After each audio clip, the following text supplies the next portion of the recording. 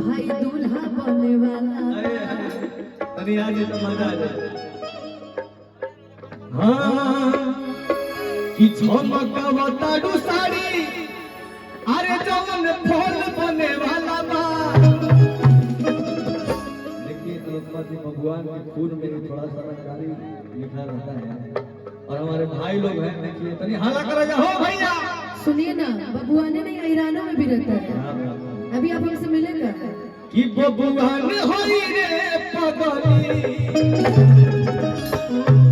कि तोहरा एरिया में आइल बानी लेकिन कहे कि झमकवता डू साड़ी अरे जवन फल बने वाला बा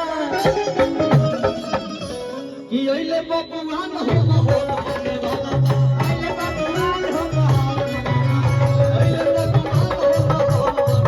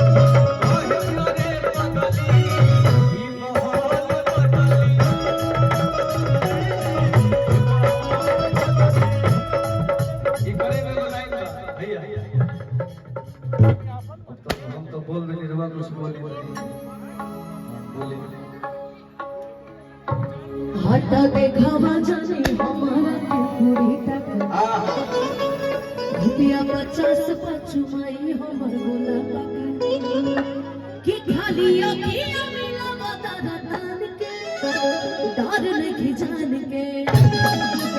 वही लाइन हम बोले तो अच्छा लगेगा वैसे बात ताना जान भर कि नजर रात भमिलाओ कि भोरे न मरी ले जाइबे ते बांध के ले ले कि नजर रात भमिलाओ भोरे न मरी ले जाइबे ते बांध के नजर रात भमिलाओ भोरे न मरी ले जाइबे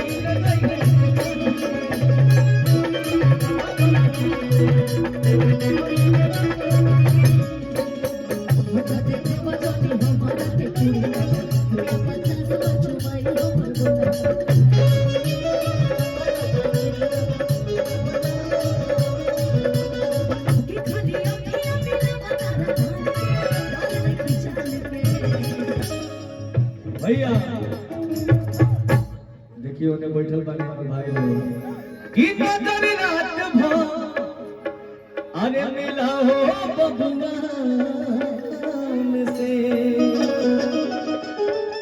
कि नजर रात भो मिला हो बबुआन से कि भोरे न मरी ले जाइए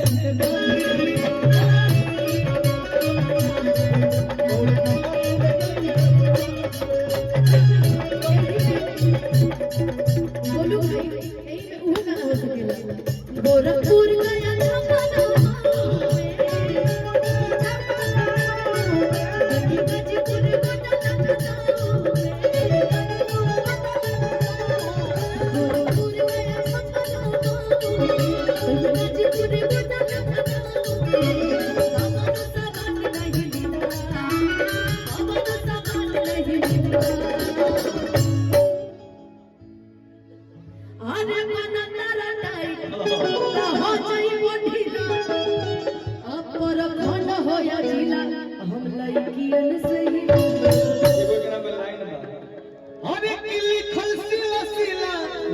लिखल इतिहास में बाटे सिलसिला, लिखल इतिहास